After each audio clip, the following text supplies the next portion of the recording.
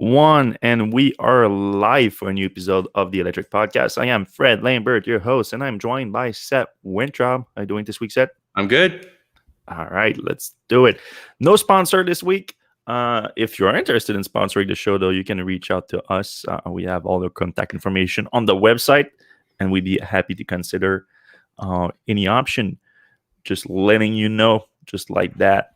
But let's jump in, as usual, our quick format of Tesla news, and then we have a few non-Tesla news to discuss. And later on at the end of the show, we're going to take your questions and topics that you want us to discuss.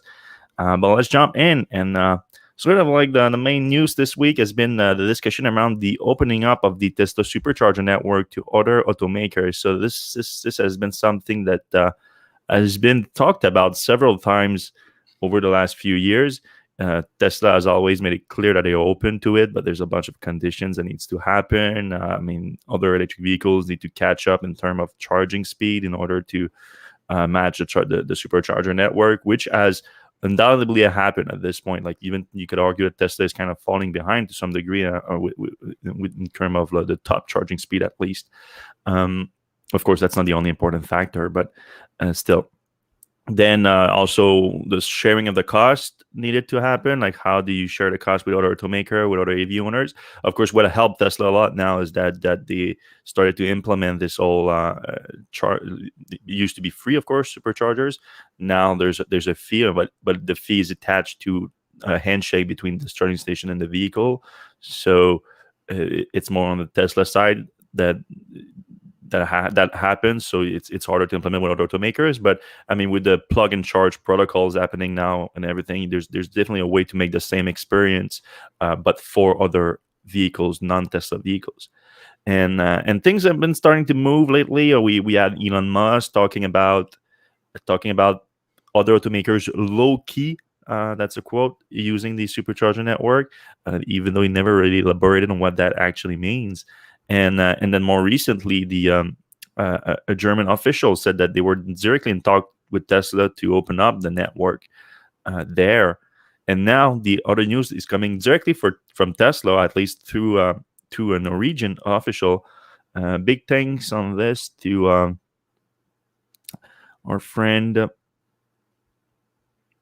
Hillman Hunter, who pointed us to the news directly from Norway. It's from the Vestland in Norway, which is the western part of the country. They have a council there, like a local government, that was in discussions directly with Tesla about having access to incentive to deploy new supercharger station and to get or to expand actually a supercharger station. And they have incentive there for that, but one of the requirement on to get access to the incentive was that it was a fully public supercharger charging station, meaning that not a single manufacturer can have access to it, vehicles from a single manufacturer. So the local government there confirmed that they talked to Tesla, and Tesla told them that they plan to open up the supercharger network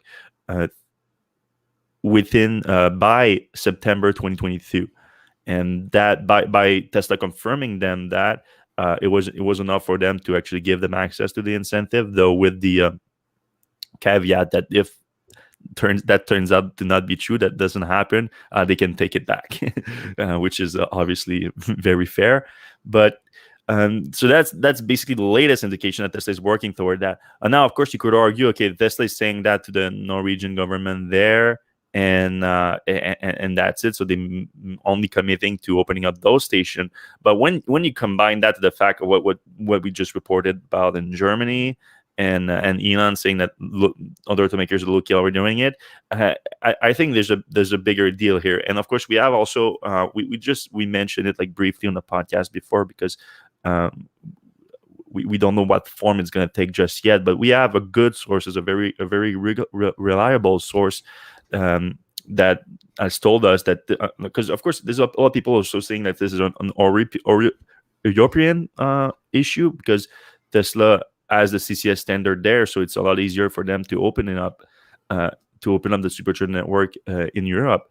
But we have a good indication that this might end up being a global thing, because again, the reliable source told us that Tesla is working on a big update on the mobile app that's gonna allow Tesla to onboard more customer into the app, even though they're not Tesla vehicle owners.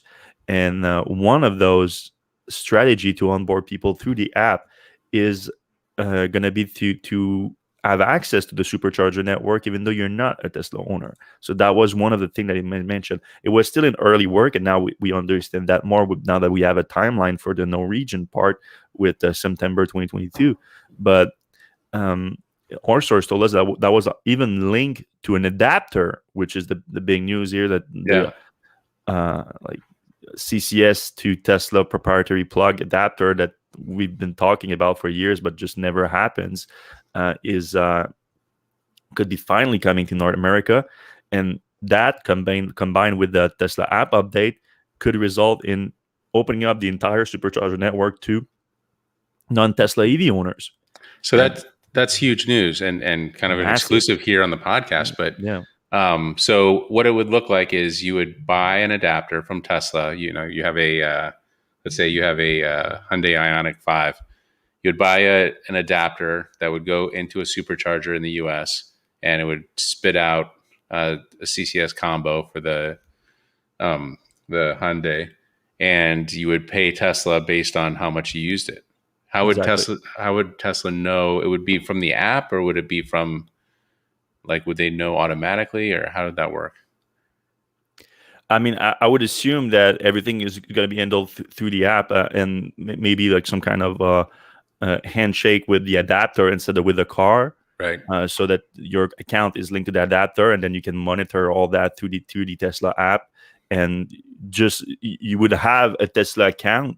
Well, right now you can have a Tesla account without having a Tesla car. Right. I don't know if you can link a credit card through it without having one, but I assume you can, because you can then go buy on the Tesla website, like Tesla Shop and things like that.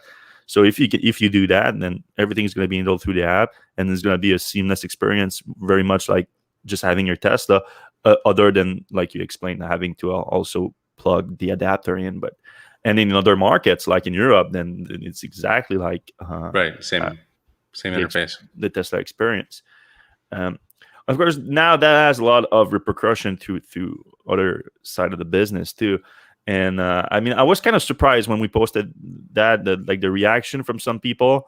You could kind of see like some people's true colors here in terms of like being a Tesla fan, so to speak, because there's a lot of different kinds of Tesla fans, and just like there's any company, really, you can have fans of just the product itself. They like having the car, they like having ownership experience, and they don't really care about the Tesla as a company, as a business, or Elon Musk or any of that.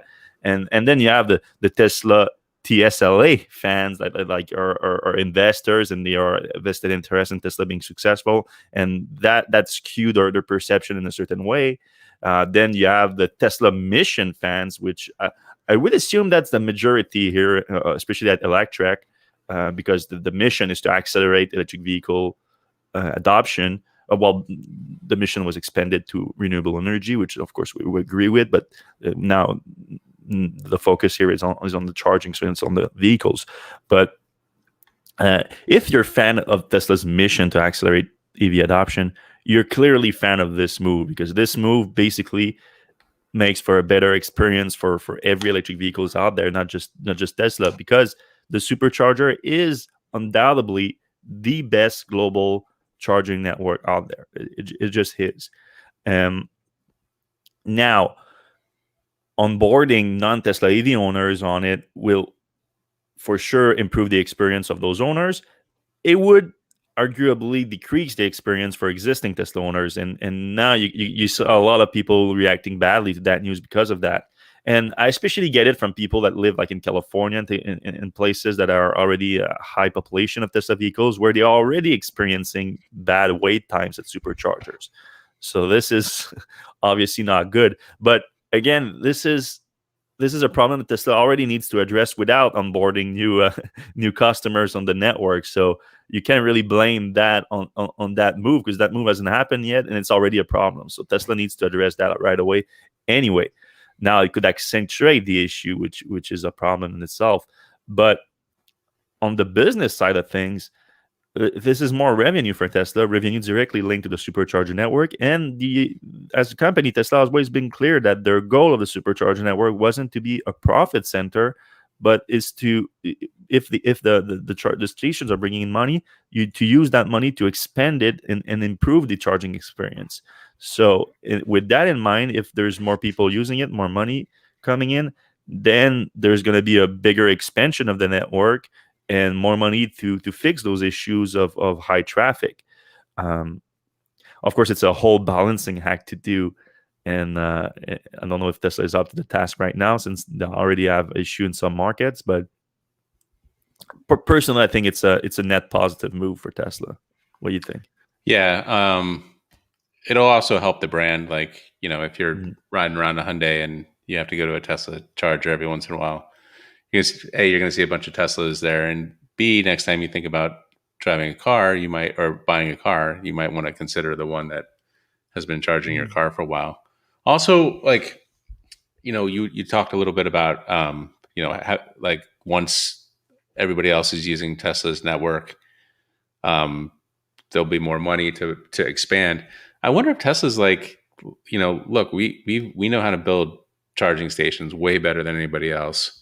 We have the infrastructure. We can do it cheaper than anybody else, and we can do it better than anybody else. Let's just do it. Let's be like the fast charging station for everybody, and let's make it a profit center. So maybe that's the idea. I'd certainly would seem to be a good idea to me, and more entrance into the charging space, the better. Yeah, I mean, you touched a very good point here. Is you want the charging dollars to go to the company that's the most efficient in using those dollars to expand charging infrastructure. That's the real goal here. And right now, I mean, it's definitely agreeable. You can argue that for America, Ionity, ChargePoint, EVgo, all those companies all competing in that space, they could be good. But in my point of view, Tesla has been very good on that front.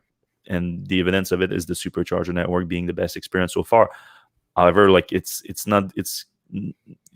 kind of opaque to know exactly how much money they are spending on those. So there's definitely an argument to be made there. But so far, I think Tesla is leading that way. So yeah, if they more money bringing in, I think it's more expansion, and it's also why I don't really care I don't mind when I see them applying for subsidies like that. And actually, it links back to one of our later stories that we're going to discuss, which is the new money being unlocked for EV infrastructure in the US, which hopefully Tesla is going to be able to get access to too in order to accelerate the expansion on that front.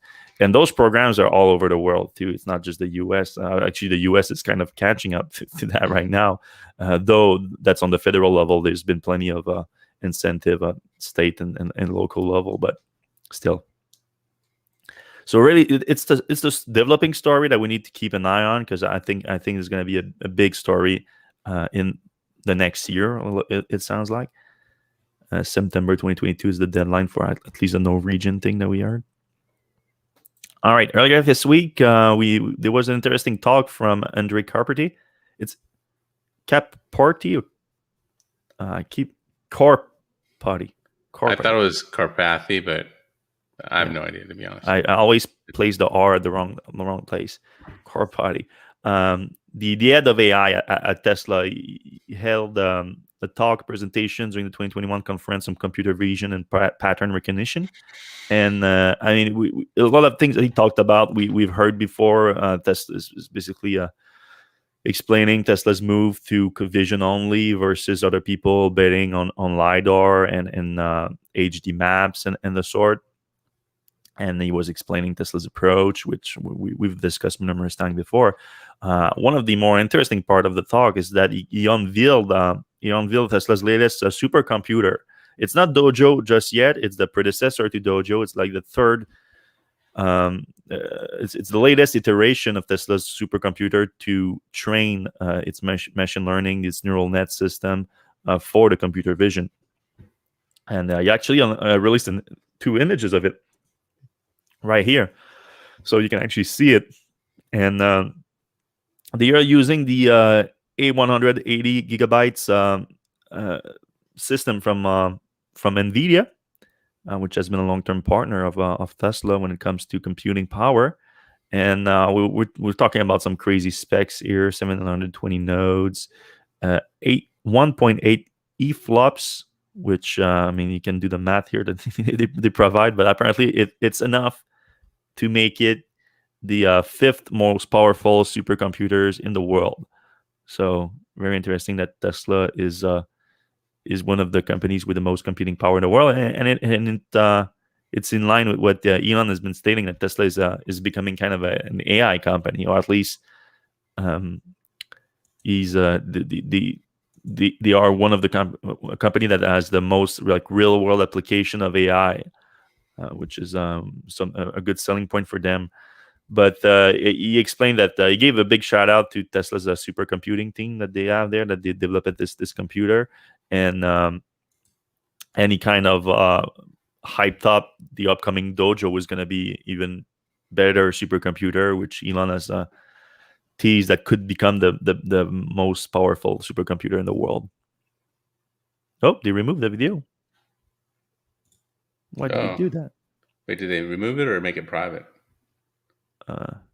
It's unavailable if I watch on your, unless maybe they removed the embedded version of it. Yeah, they removed the embedded version of it. They're not letting you embed it, but you can just click on it, and it's gonna bring you to YouTube to watch it if you are so inclined to do so. But yeah, speaking of that, the Elon also went. So we shared that, and then Elon ended up sharing the talk. And he did mention at the same time that he's going to hold an AI day, a Tesla AI day, to show the progress.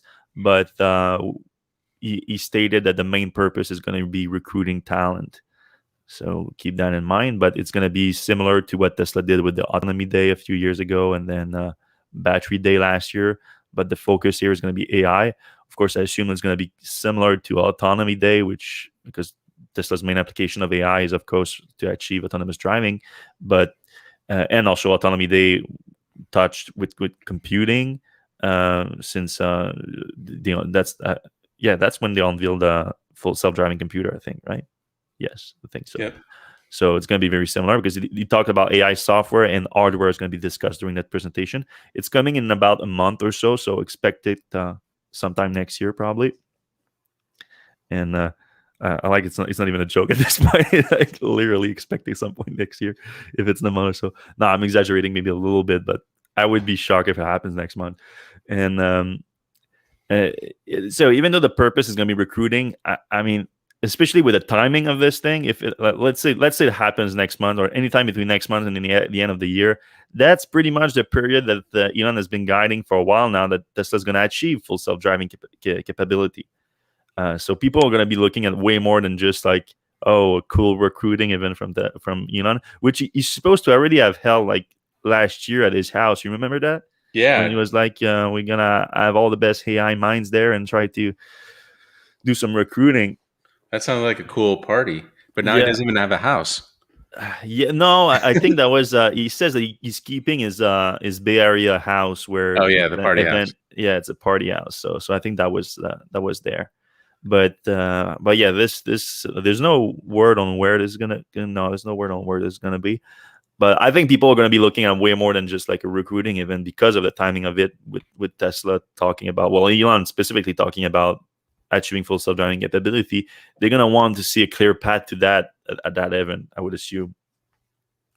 And one thing that I've been pushing for has been more like clearer communication. And I remember, like, that was a long time ago. It was back when the Tesla had a PR team there. But I was discussing that with Tesla's PR team, like, what are you guys going to do to instill confidence in Tesla's road to full self-driving?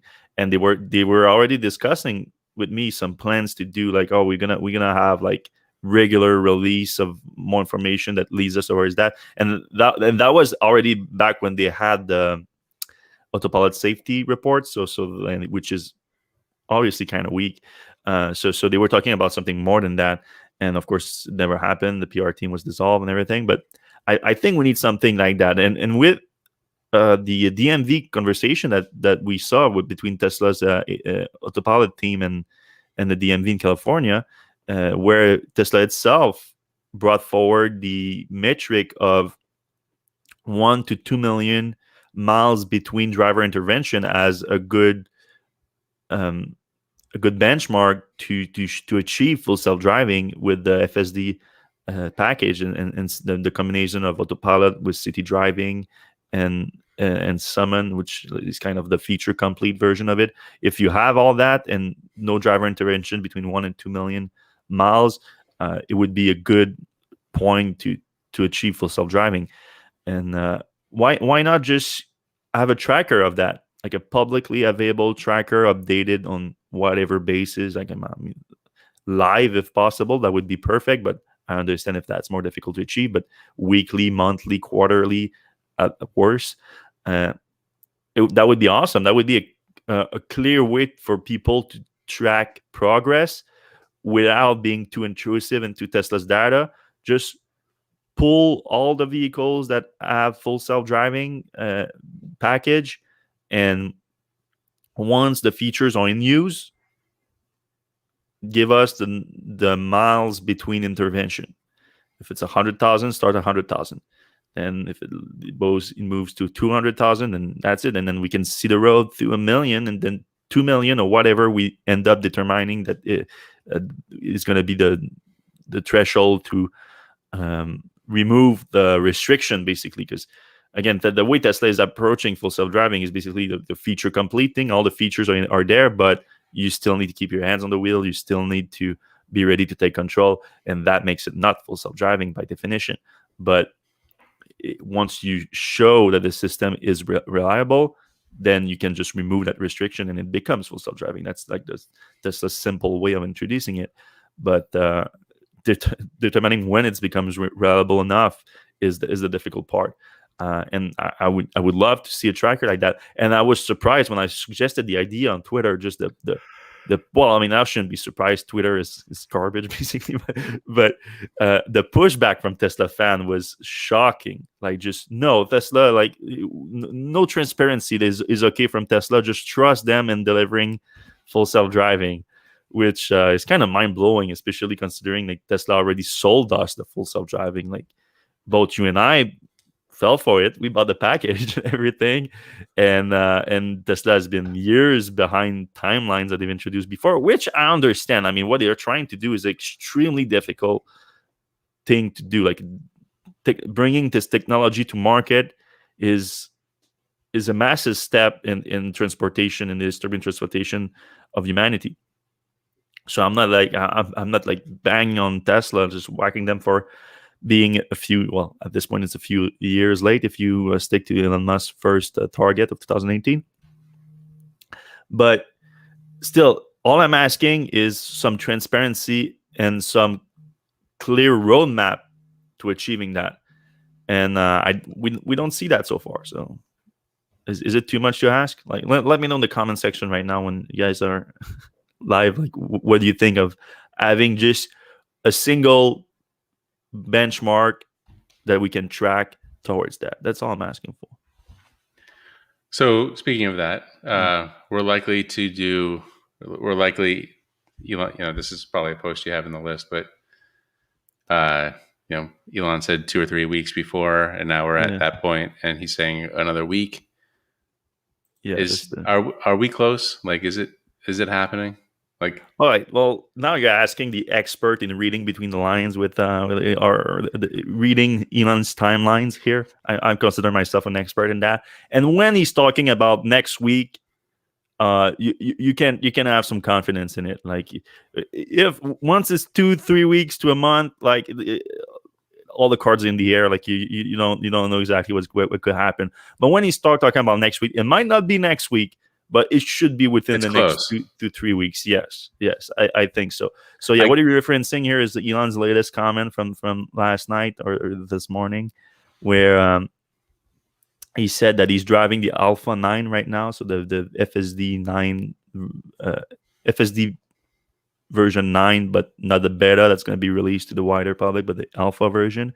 And he said that they are fixing some obvious issues right now before releasing the beta, hopefully next week. So again, he's using those keywords are important, hopefully. But when he's talking about next week, you should feel confident. But that's another timeline that slipped because it was for sure happening before the end of June. Well, before that, it was for sure happening last year, and then for sure happening by May, and then for sure happening by June. Right. But now next week, well, it could still be June next week, but it would be very tight. Right. But for me, it's like I've been telling myself that it's never going to happen for so long because I don't want to get excited about something that keeps getting further and further out. So like, even though he's saying like it could be a week, like I'm still not able to like let myself believe. Yeah. I mean, I'm excited for you. That's the thing. Like I keep trying. For me, I trying to find ways to get excited because here in Canada, it's like there's no telling when it's gonna be, because once they do release it in the US, they still have work to do in Canada just to adapt for the different roads and different signs and different markings and everything. So I'm like, yeah, this is even like I keep my level of excitement as low as possible, but I'm more excited for like it looks like it's happening. You should get excited a little bit. Really? Yeah, I can let myself get excited about this. Now, like if you can withstand a few, maybe 2 weeks of 2 weeks within your excitements, you can let yourself go a little bit. Well, Elon did had to that the subscription model, like the monthly subscription for the FSD package, should come at the same time. He said it should turning on in the Tesla app. So do you think people will buy a subscription just to try it? Oh, for sure. That's that. I feel like that's the whole strategy from Tesla, like to release the version 9 in beta at the same time as the app, because especially at the price that it is right now, like trying to convince people to get it is a lot harder. So matching the release of a subscription model, which is still going to be expensive, but like you said, you can just try it out for a month, and then if you don't like it, you don't like it. But to keep the retention rate as high as possible for the people trying it out, you want to release it when you have a lot more features involved. And this, the city driving is obviously a big feature, because it's a much closer to a full self-driving experience than anything we experienced before in a Tesla vehicle. So again, always be careful when we talk about that. Like we talk about full self-driving package. That's the name of the package that Tesla sells you, but it's not full self-driving at all right now. You need to keep your hands on the steering wheel all the time, be ready to take control of all the time. It's not perfect. That's why there's a beta on it in the name. So be extremely careful, because especially if it gets in the head of a lot of people that are not careful with it, it could actually set back the technology. And we know that the regulators are keeping a close eye, and the politicians are using it as a political or turning it in a political issue. And what's the guy? There's a senator that's harping Tesla all the time about it. Like he's all, every time there's a Tesla accident, an accident that could be involving autopilot, is always like bringing it on the floor, and he's like, "Hey, it's really an issue." Yeah, forget the guy's name. But I'm sure he's a Republican. You know what? I'm not even sure he's a Republican. Really? Yeah. So some people in the comments will figure it out. I forget his name. I'm not that tuned into American politics, but I'm tuned into American cars, because Teslas are American cars, people. And now they are topping up the list of the most American-made cars out there. What a segue that was. What a segue. Can I get like a clap for this? Like, it's an incredible segue. Thank you. Though the article is not popping up. Oh, now it's popping up. So it's cars.com that maintains the American-made index, where they try to use a bunch of different factors, from the location of where it's being assembled to the parts, where the parts are being sourced, to the actual labor, the source of the labor. Which, of course, even though like your car can be assembled in the U.S., if there's a more some parts are coming, some more labor-intensive parts are coming from somewhere else. That's not America. Like that affects the ranking. But anyway, take the whole thing with a grain of salt, because like it's hard to source that information to start with. So there's ways to do it for sure. Then you can get pretty close idea, but take everything with a grain of salt. But for the first time, Tesla is topping the list with the Model 3 at number 1. And not only that, the Model Y is at number 3, which makes Tesla having 2 of the top 3 most American car out there based on that index. Was Model S and X even considered? No, they're not in there. But again, Model S and X, they're still we don't know anymore exactly with the new version that's starting production. But the last version, the cells were still coming from Japan, which is a big. The battery cells coming from Japan is a big part of the car, so that definitely affected the ranking. Model 3 Model Y, the cells are still coming. For the Model 3 Model Y that are made in Fremont, of course. Like this is about cars coming out of Fremont, because of course the Model 3 Model Y now is also being made in Shanghai, but that's not being delivered in the US anyway. So Model 3 Model Y coming out of Fremont, the cells are coming out of Nevada, Gigafactory 1, and makes the first two electric cars to make the top 10 list. Number 2, you have the Ford Mustang, but of course that's not the Mach-E, because the Mach-E is actually being assembled in Mexico, not Mexico City, but somewhere in Mexico. Yeah. This is the regular gas-powered Mustang that's been made in Michigan.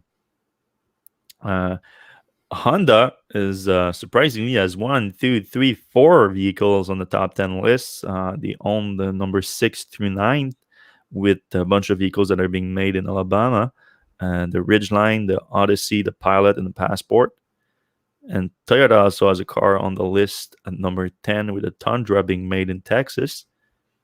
So interesting that Tesla, Ford, or the Jeep too. So there's 3 of the American automakers in the top list, but they have only half of the vehicle, plus 1. I mean, it's interesting. No, they have half. They have exactly half. Right. Of the top 10 list is American. Well, they're all American made, but I mean the American owned car companies. Right. American based car companies versus Japanese, because Honda and Toyota have 5 of them. Interesting. And hopefully the move to electrification actually helps, so that if they do come through with the rebate that's as a requirement of being made in the US to get the full rebate, that would, we're already starting to see some more investment in electric vehicle production in the US because of that. Even with the rumor of it, it's not really a rumor at this point, it's actually a bill being proposed, but for it to pass the complex legislative system in the US, it's far from a done deal. All right, we just talked about the batteries too. Bunch of talks about Panasonic this week, and they have a brand new CEO that took over this week, and he's made some comment about the partnership with Tesla. So the man's name is Yuki Kusumi. Sorry. And he discussed the new plans, the new deal to make the 4680 cells that Tesla designed. They are currently setting up a prototype production line, which we discussed before. But Kusumi said that he's excited about it, and the company is now ready to make a large investment in the production of those cells if the production line proves successful. So this is very good news. Tesla could get some significant supply from that if the project is successful. And I mean, it's a win for Tesla, just that Panasonic is willing to build that prototype production line, because it's Tesla had to develop new technology with the tabless design of the cell and everything to make the bigger cell format.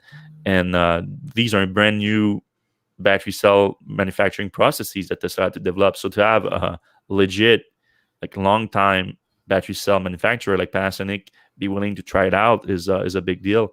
And now they are even talking about large investment. And we know that to have significant battery cell production capacity, you need very large investments. Like, we're talking 9 zeros. Is that a billion? Billion is 9 zeros, yeah? That's right. So. 9-1? Oh, the comma. It's like 7 comma. So Panasonic made a lot of money here, right? Insane amount of money. Like with Tesla, with selling Tesla. Okay, no, you're right. already switching to the next news that we find out this morning, was that Panasonic actually sold its stake in Tesla in March, but we're only learning about it right now. And I mean, I'm fine with it if they use the money to increase the battery cell production. That would be a good deal.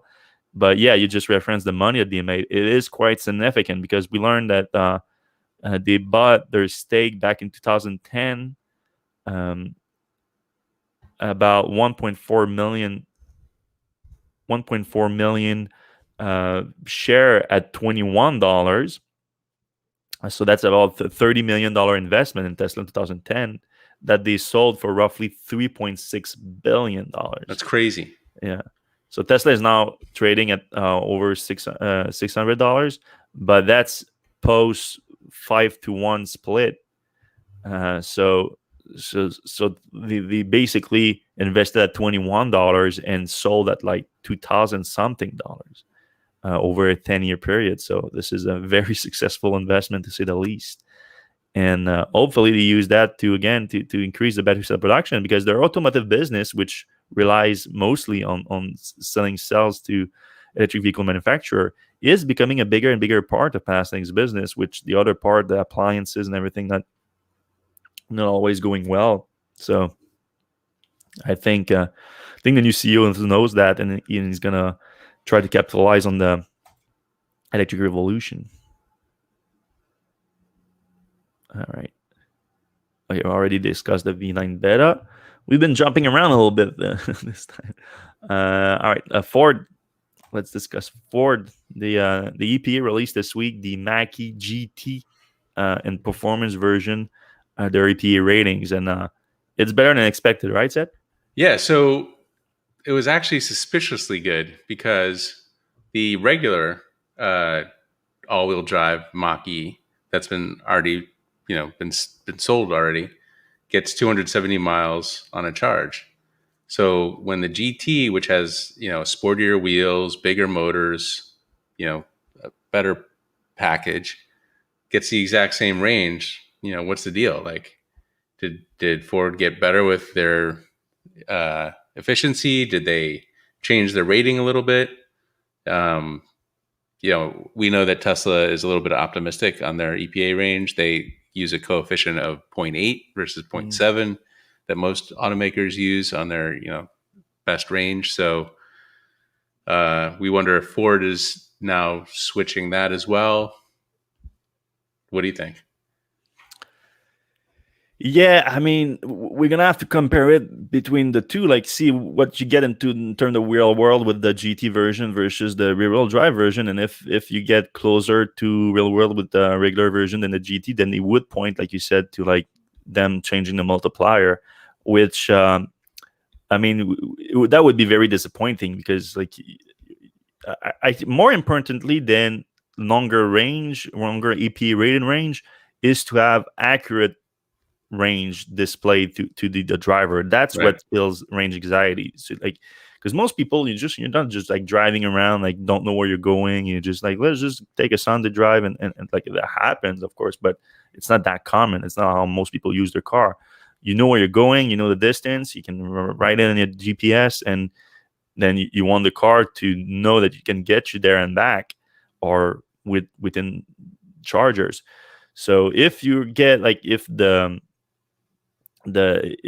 like, the suspicion here is that they could have changed that multiplier, then you would get more accurate range in the rear-wheel drive version than you would get in the GT, and that would be a problem with the GT, of course. But we don't know. Like, there could be some improvement that we don't know about. Then they could be updating the rear-wheel drive range later. We don't know. But yeah, it is, like you said, suspicious. So Ford had anticipated around 250 miles for the GT, and I think 245 for the 35. 35. So that hitting 260 and 270 is pretty impressive there. Yeah, big difference. I'm wondering if they have any surprises on the 0 to 60 times coming up, because they seem to be... they've been hinting at that too. Like they've been hinting that they are sandbagging us. Is that the term? Maybe. Yeah. When you sandbag someone, like you hack, like, oh, you're not that strong, but actually like you're better at it than you let on. Yeah, I mean they definitely did that with the truck, the F-150. Yeah. Yeah, I wonder what the 0 to 60. Ooh. What? I like that. The orange? Yeah. And also, nice. Like the GT also has a different front end, right? The grill. Yeah. Okay. You tempted? I mean, I like it a lot more than and I do like the design of the regular GT that I tested last year. But this is not the regular GT. I mean the regular Mach-E. Yeah. But wow, I like that. Yeah. Actually, I didn't even see this picture is a lot better too. It's pretty tempting. Like Ford's got a pretty good package here. They have the plug-in charge, so that means the charging's really good. It charges at 150, although the charging curve it drops out of 150 pretty quickly. But Ford has told us that they're working on that and future updates. But just the fact that they have plug-in charge, and nobody else really has that. Porsche updated and has it, but Ford's ahead of the game there. That they also hinted that the Mach-E might get some of the ability that the Ford F-150 has of reverse charging. So that would be kind of cool. Yeah. Though we don't know if it's like a retrofit or if it's like a new generation of it. They were purposely not clear about that. Right. And, this thing goes 0 to 60 in a little over 3 seconds. It's pretty fast. It's no slouch. Right. All right, we have a few more news items to discuss, and then we're going to jump into the comments and the questions. So make sure to write your question in the comment section right now so we can get to them in just a few minutes.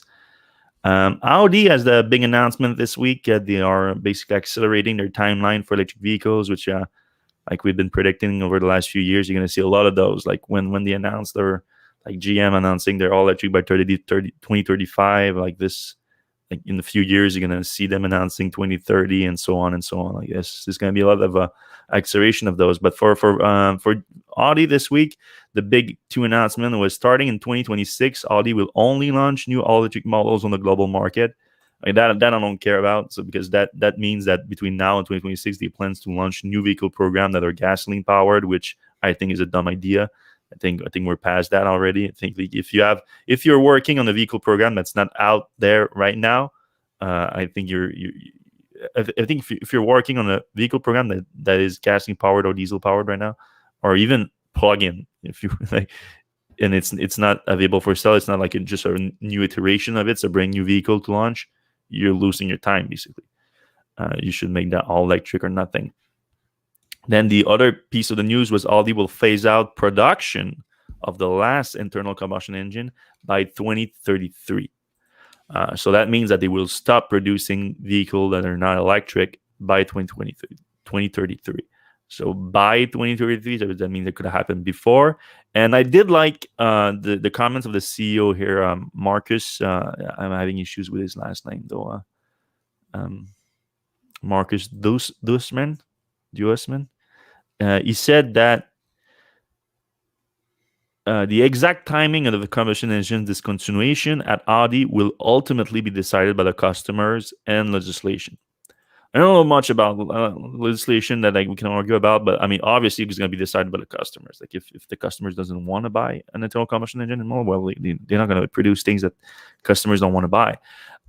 Now, the thing is, they think that people are going to still want to buy them up until 2033. That's where their timeline is predicting, and I think that's a gross miscalculation here.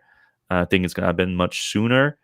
But I mean, Audi, at least Audi is making it clear that they see what's coming. They just cannot pinpoint the timeline very well right now.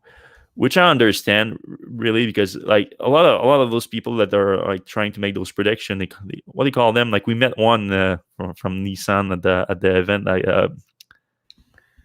Product planning. They do product planning, so they try to see trends and plan the product release and production capacity and dealer allocation and all those things based on those trends. And if you're looking at EV trends right now, that's where you see those predictions coming from. Like they're trying to plot those trends and see when they're going to phase out the internal combustion engine. I think that's useless to look at EV trends that are currently that we see currently, just because of the availability of electric vehicles. Like compare how many EV models that you have right now in the US market versus gasoline models. It's night and day. Like it's a 10x factor of difference. You need more availability of different models to really see the potential of the demand for EVs in the US. And because you see what happens in Norway, like every time there's a new model that's launching in Norway, like you see like a giant bump. Right. So you cannot see that in the US and in bigger markets. But you could see a similar thing if you, instead of 1 new models, you put 5 new models at the same time, then 10 new models at the same time. And that's what's going to happen in the next 2-3 years. There's hundreds of new models planned right now. So as a bunch of them launch at the same time, you're going to see giant optics, and we're going to see that. I also see people like comparing it like to smartphones and things like that. And that's just, I mean, I get where they're coming from when they want to do that, but the purchase of a vehicle is not the same as a purchase of like personal consumer electronics. It's not as big of a purchase. You don't take into account the resale value and things like that. So, well, to a degree, I guess, like people look at the resale value of an iPhone, but not to the degree of a car. So people put a lot more effort, time, research into the purchase of a vehicle than they do purchase of a new phone. So when you look at the transition between like flip phones to smartphones and cell phones in general, it's not the same as an EV. Once you realize that flip phone are dead, but it's not just about your using habit, your electronic using habit and functionality. It's also about like, can I afford that? Can I afford the gas, like the ownership cost of the, like when you put all those factors in, it's not the same thing at all. But yeah, still a step in the right direction from Audi. And again, I think like in 2 years, they're gonna have a similar event, and then they're gonna update that. And now 2030. Yeah, 2030 most likely. Yeah, and so on. All right. Last piece of news is so the Biden administration have been touting this big investment in electric vehicle infrastructure in the last year, and especially since the inauguration in January, we've been hearing about this big infrastructure bill that they're trying to pass, and there was a lot of money supposed to be coming to electric vehicles in that infrastructure bill, 174 billion. But of course, then it goes through all the legislative process and all the different Senate committees and all that stuff, and then the actual bill that's being proposed is always a lot less generous than the original thing that the politicians talk about. In this case, now there's it's not a done deal yet again, but there's a bipartisan group within the Senate that's has released a new framework that they apparently have agreed on, and Biden is apparently backing that latest version of it. And in it includes $15 billion for electric vehicle infrastructure. That's 7.5 for what they call EV infrastructure, and that little like one sheet fact sheet there. And that I assume is for charging. They've been talking about this goal of deploying 500,000 charging stations in the US. And then you have another 7.5 billion for electric buses and transit. So that was a big thing with that Biden's been talking about. They want to electrify all the school buses and then the city buses and all transit vehicles to go electric, which is a good goal to have. And 7.5 billion towards that is significant. It's going to help bus manufacturers to accelerate their production of electric vehicles. Now, when that framework came out and there was no discussion of an EV rebate that they've been talking about for a while, the Tesla Q and all those Tesla shorts and everything, they jump on the news as like, boom, there's no reform of the EV tax incentive, and that means that Tesla is going to die and it's over and it's gloom and doom and all that stuff. But the EV rebate was never really part of the infrastructure bill. It was confusing because they were talking about it at the same time and everything. But I mean, the EV tax credit is a tax credit, so it's part of the tax laws, and it was always going to be introduced in a different bill to reform that. And I don't know now it's not necessarily a tax credit anymore. It's going to be changed into a tax a direct rebate. But anyway, it's still in play. It's just part of a different bill. And it's actually part of a bunch of competing different bills that's been also confusing. But the latest one, the ones that seems the most likely to go forward, though it might change too, is the Clean Energy for America bill that we've been talking about for the last few months, is the one that changed from the 200,000 cap per manufacturers to a very ambitious 50% market share of electric vehicles in the US for the threshold. And also changed the 7,500 tax credit to $10,000 if it's U.S. made, and $12,500 if it's U.S. made by union workers. Of course, that was the version of the bill that passed the Senate committee, and by the time that it goes for a vote on the Senate floor and then the House, it might change by then. So just like the infrastructure bill, which was much more generous at first, I wouldn't be surprised if we see less than 50% for the threshold to start the phase out, and then probably less than 12,500 and so on for those for the actual value of the incentive.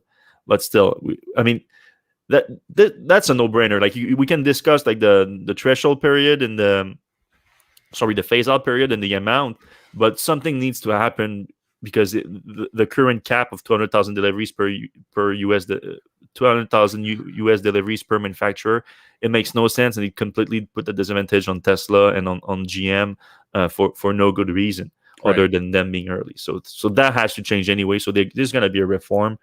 Now the shape of the reform still needs to be seen, but this is the latest news that we have on it. Yeah, I don't think either of us are going to pretend to know how Washington works, but it's just weird that they didn't have anything. I mean, we know, like, Polestar's moving to the US.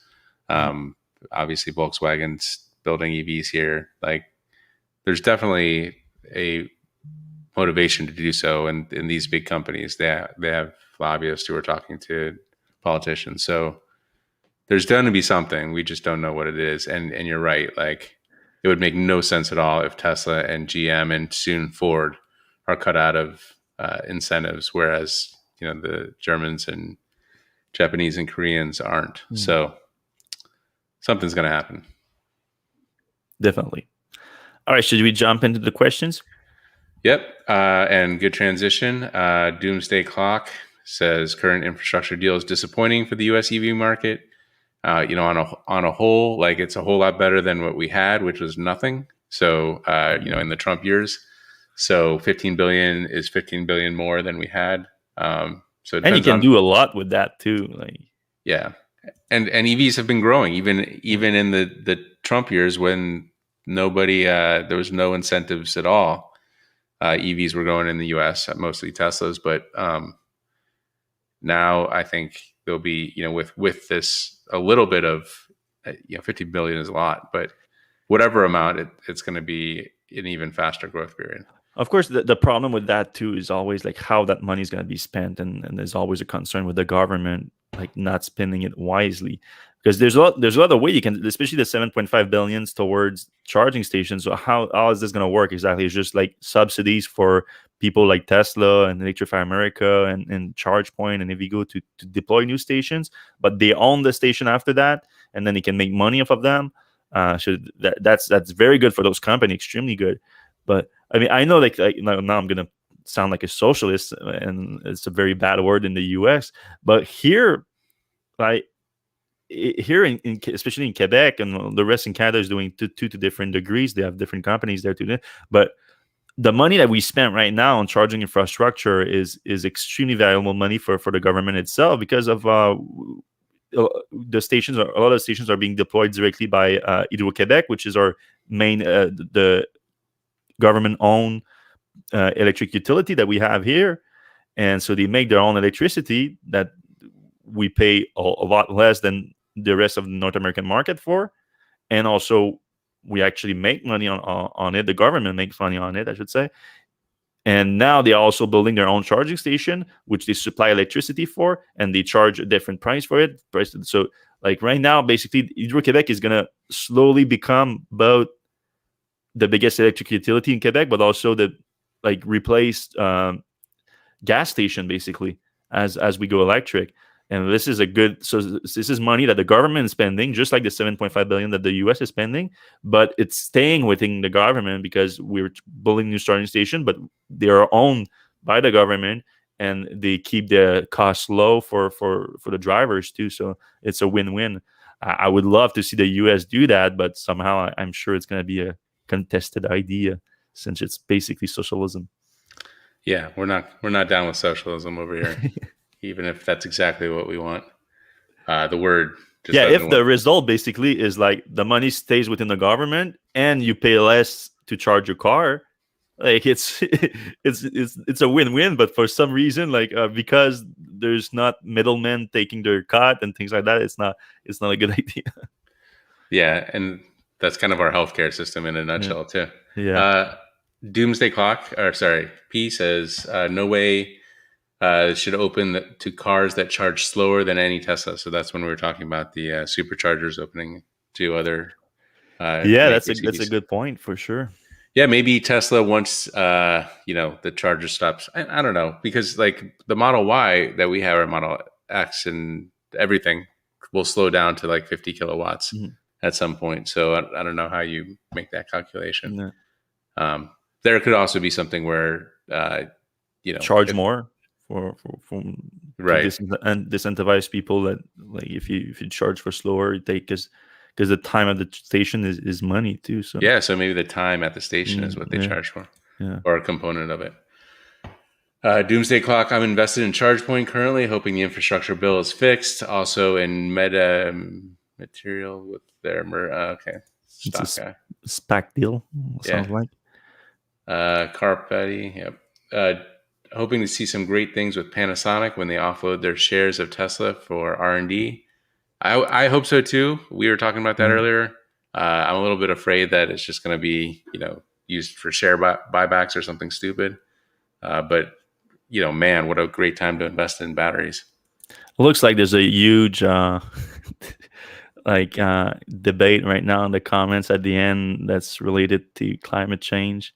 I don't think this is the place to do that. Like the format of like live comments, guys, it's not a great format to argue about that stuff. Let's keep it to like questions and answers and stuff like that, guys. Really not the best format for that. All right. So we talked behind the scenes about Elon's tweeting with Jack on Bitcoin.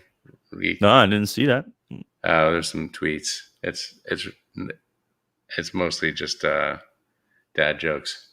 But it sounds like they're going to have a talk about how Bitcoin is not energy efficient or something. Well, that's good. Yep. It seems that the move to vision will keep Teslas from running into public service vehicles. Do you think that's right? Well, that's been a big part of the reason. Like Elon's been talking about the radar basically polluting the information that they get from the vision component of the system. So you would think the contrary, right? You think like the radar like just detects there's just a solid object in front of the car and you apply the brakes.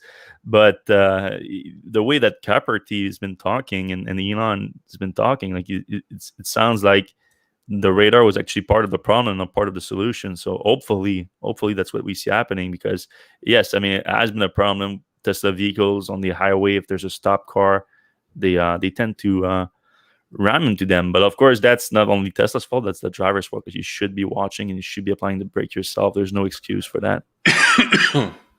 All right. Jonathan Root says Pentagon UFO report comes out today. Thoughts on alien EV tech? That's wasn't thinking about that, but I mean that would be the monkey wrench of all monkey wrench, right? We've been killing ourselves trying to improve battery technology in order to move away from fossil fuels, and the aliens just land out and like, dude, you guys have been doing it all wrong. Just do this, and then boom, just like a fusion reactor. Yeah, new completely renewable energy in it coming out of everywhere. That would be crazy.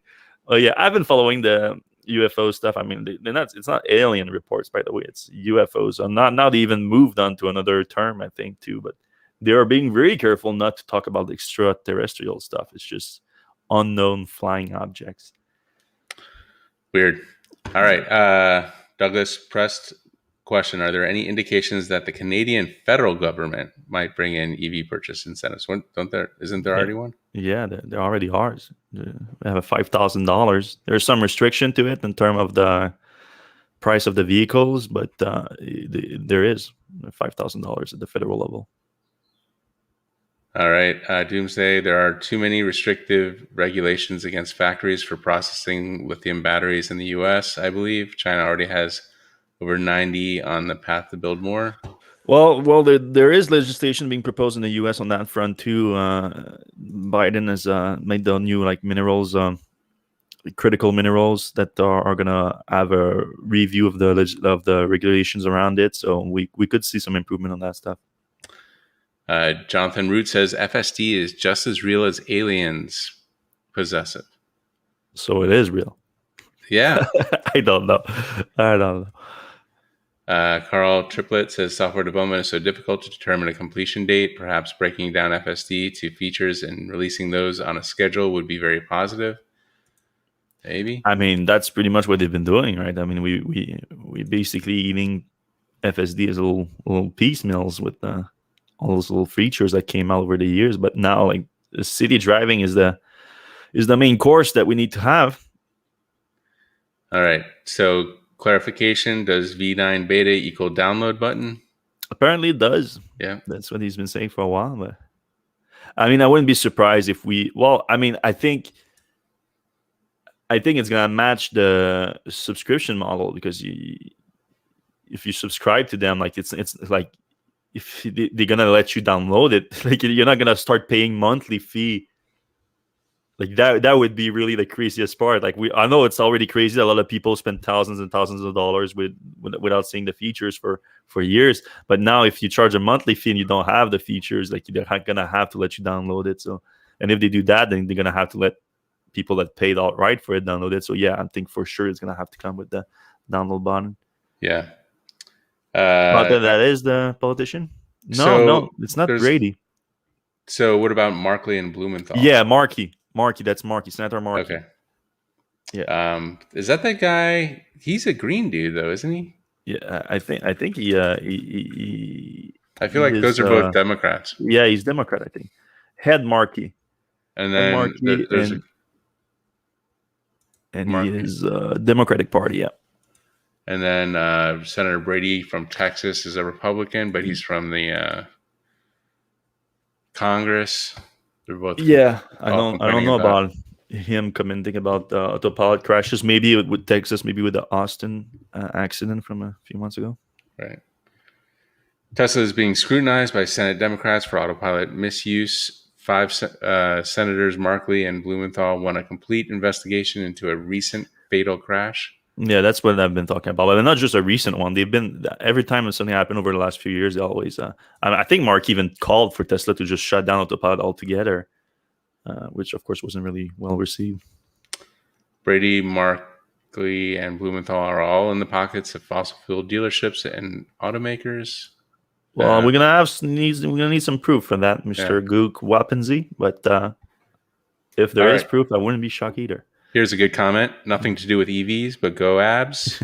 I hope Fred made it to Game 3 to see the overtime win in person.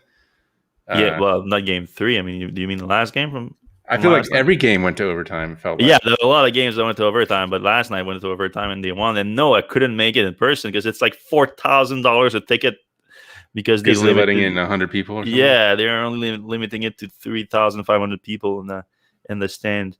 Are they making fake crowd noise, or are those 5,000? Oh, you probably don't need to with 3,500 people. It still get pretty loud, but. It makes no sense because there's 30,000 people outside the Bell centers that are all squished together.